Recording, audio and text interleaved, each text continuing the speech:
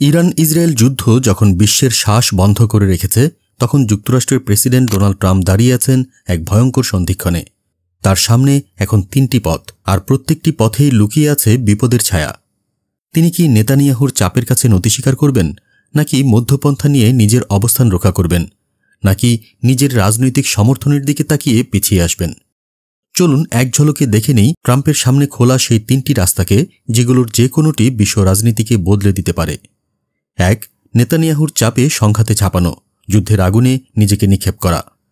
Israel যখন তেহরানে ক্ষেপণাস্ত্র নিক্ষেপ করে, তখন ট্রাম্প হুঁশিয়ারি দেন, আরও ভয়ঙ্কর হামলা আসবে, যুক্তরাষ্ট্রের বোমা প্রস্তুত আছে। তিনি নিজেও স্পষ্ট করে বলেন, ইরান পারমাণবিক বোমা বানাতে পারবে না। এই অবস্থান দেখে অনেকেই মনে করেন ট্রাম্প ইসরায়েলের সামরিক অভিযানকে পুরোপুরি সমর্থন করছেন। তবে কূটনীতির দিকে যাওয়ার কথাও বলেছেন তিনি, কারণ এটা তার সেই পরিচিত ডিল মেকার ভাবমূর্তির সঙ্গেই মিলে যায়। কিন্তু সমস্যা হল, তিনি কখনো শক্তি দেখান, আবার কখনো দেন আলোচনার বার্তা। বিশ্লেষকদের মতে এটা পাগল তত্ত্ব বা ম্যাডম্যান থিওরি কৌশল, যেখানে ভয় দেখিয়েই প্রতিপক্ষকে আলোচনায় আনতে চাওয়া হয়। তবে নেতানিয়াহু চান যুদ্ধ, কূটনীতি নয়, আর ইসরায়েলও চায় যুক্তরাষ্ট্র পুরোপুরি যুদ্ধে জড়াক। 2. মধ্যপন্থা, যুদ্ধ এড়ানো কিন্তু সমর্থন ধরে রাখা।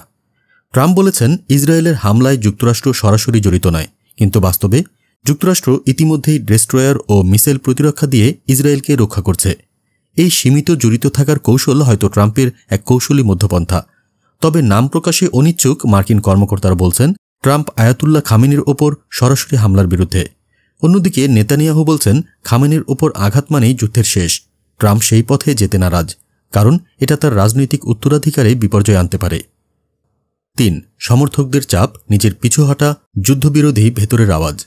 ট্রাম্পের নিজের ঘরের ভেতরেই আজ প্রশ্ন তুলছে তার make America great again movement. তাদের প্রশ্ন, আমেরিকা ফার্স্ট হলে ইসরায়েলের যুদ্ধ আমাদের যুদ্ধ হয় কিভাবে? ট্রাম্পপন্থী সাংবাদিক টকার কার্লসন লিখেছেন, নেতানিয়াহু আমাদের সেনাদের দিয়ে যুদ্ধ করাতে চাইছে। এই যুদ্ধে জড়ানো মানেই আমেরিকান ভোটারদের মুখে মধ্য আঙ্গুল দেখানো।